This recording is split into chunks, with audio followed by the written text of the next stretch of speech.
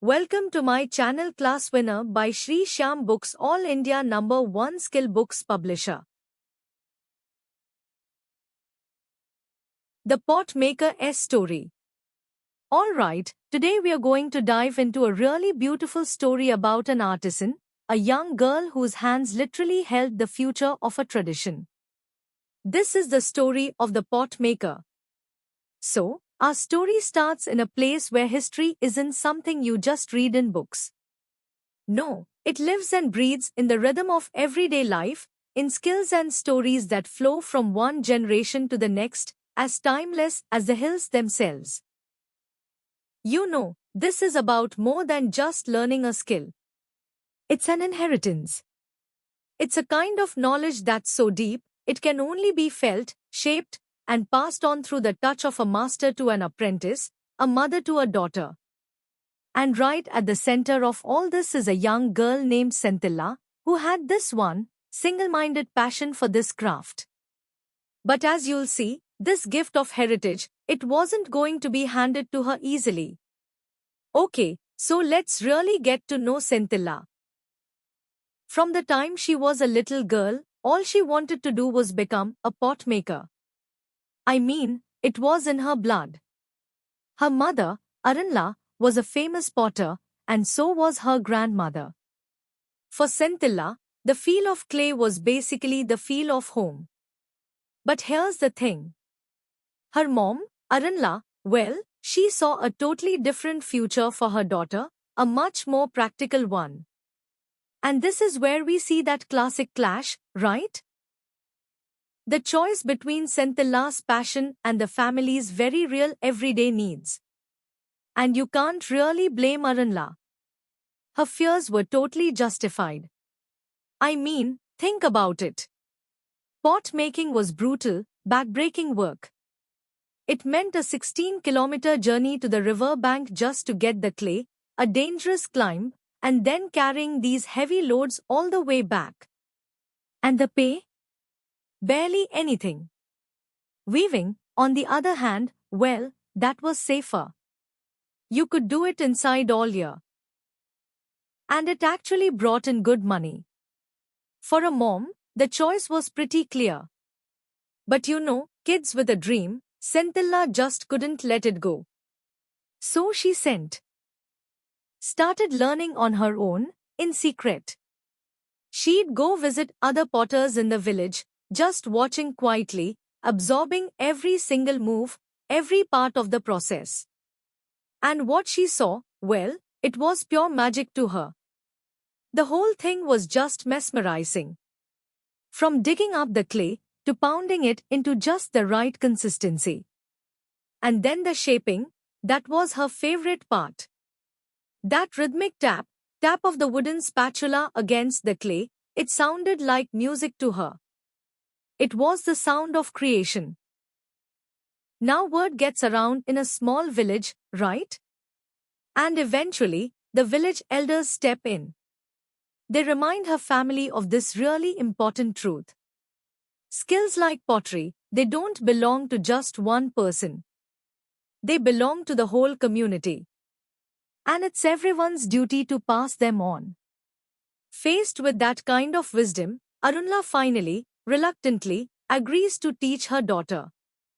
Okay, so you think that's the happy ending, right? Not even close. The struggle was just getting started.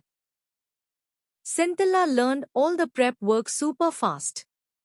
But when it came to actually shaping the pot, her hands just wouldn't cooperate. For almost a full year, every single pot she tried to make just turned into this lump of failure. A source of this deep, private shame as her mother just watched. Just when it feels like Scintilla is about to hit a breaking point, someone new comes into the picture. And this person is going to see not just her struggle, but the real reason behind it. So this person is Onula. Now the term Onula means auntie. And she was in charge of the girls' dormitory where Scintilla was staying. But she was way more than just a supervisor. She was this source of kindness and quiet wisdom. So imagine this. One evening, Onula finds Centilla working all alone, just fighting with this piece of clay. And in that moment, she gets it. The problem isn't a lack of skill or passion. It's tension. Centilla is trying so hard, her hands are so full of frustration that the clay itself seems to be rejecting her. And right there, in that moment of total despair, Onula steps in with these simple, gentle words. She offers not just a lesson, but hope. This is it. This is the turning point. A promise from a mentor who actually understands. All right, so with Onula's help, Centilla starts to finally get it. But what happens next? This is the real heart of the story. It's this incredible moment of triumph that's tied to this unbelievable tragedy. One day, Centilla's back home. Her mom, Orunla, is starting a new batch of pots, but then she suddenly complains of a headache and asks Centilla to take over.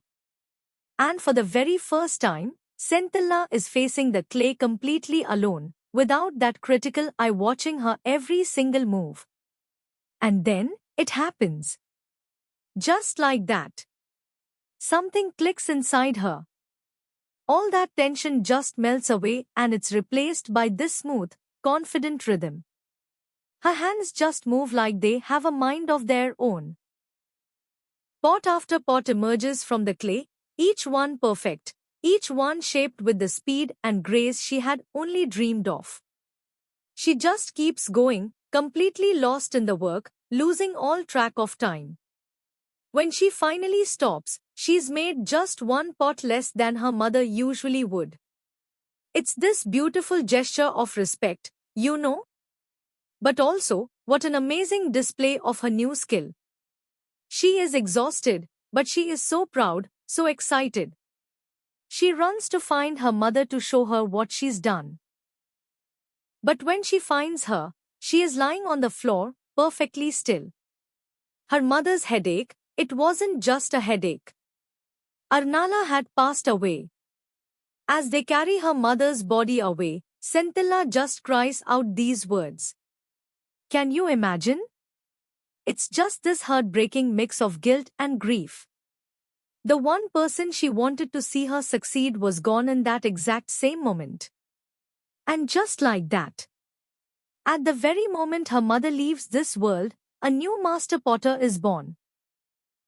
And that passing of the torch, that's what this is all about. To really understand why this is so important, it helps to think about what happens when that torch gets dropped. So let's consider a different story. The story of a man named Mr. Jessler, a master bootmaker in London. Just like Centilla, he was completely devoted to his craft. But unlike Centilla, he worked all alone, totally isolated by a changing world. And he never shared his skills with anyone. And here you can really see the two different paths laid out. On one hand, you have Centilla. She's part of a community that sees her skill as a shared treasure. She has mentors. And because of that, the craft lives on. And then you have Mr. Jessler, isolated, trying to compete against big factories. And his perfect craft died right along with him. You know, what Centilla's story really shows us is that a craft is so much more than just an individual skill. It's the lifeblood of a community. It survived not just because of her passion, but because of the gentle hand of a mentor and the wisdom of her village. And it really makes you think, doesn't it? What is the true value of these traditions? And what's our part in making sure that torch is always passed on?